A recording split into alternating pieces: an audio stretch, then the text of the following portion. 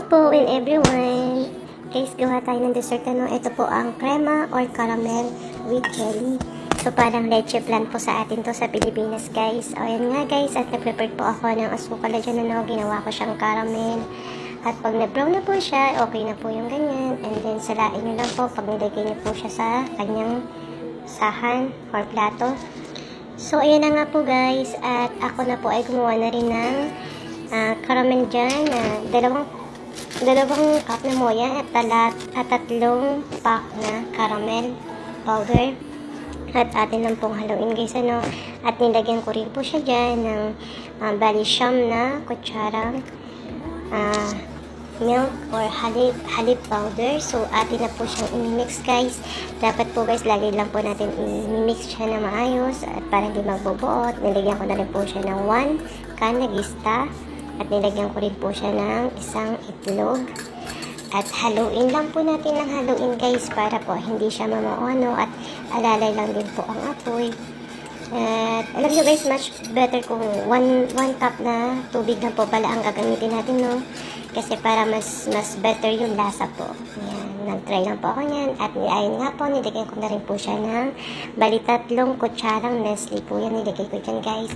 Guys, pwede namang dagdagan nyo po kung ano po yung gusto nyo. Sa akin po kasi, yung madam ko po kasi, yung mama ko po, may diabetes, kaya dapat po less po sa sweet, less din po sa sugar, ganun.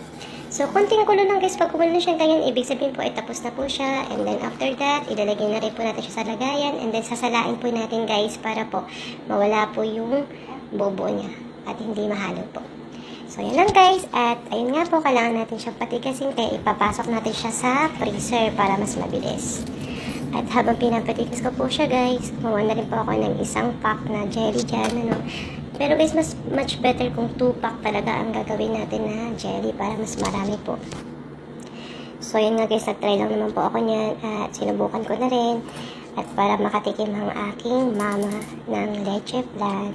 So, ayan, guys. At kailangan po, guys, hot moya po ang ilagay niyo dyan, Ayan po, nilagyan ko po siya ng isang basong hot moya. At additional po, nakalahating cold na moya. So, ayan lang, guys. Tapos, imimix lang po natin siya ng imimix, Kasi para matunaw po siya yung pinaka-sugar niya and jelly niya.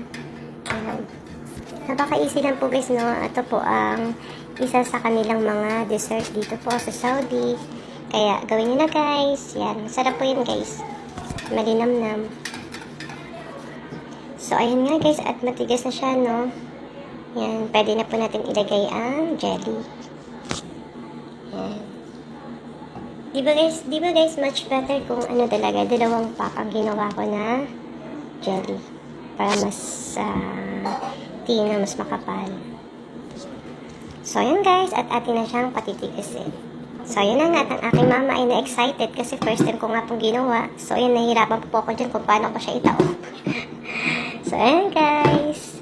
At sobrang tuwa kasi parang success po. Ayan. At sobrang sarap. Yummy. Thank you, guys, sa panonood. Gawin niyo na po iyan. Masarap po yan. Promise. God bless.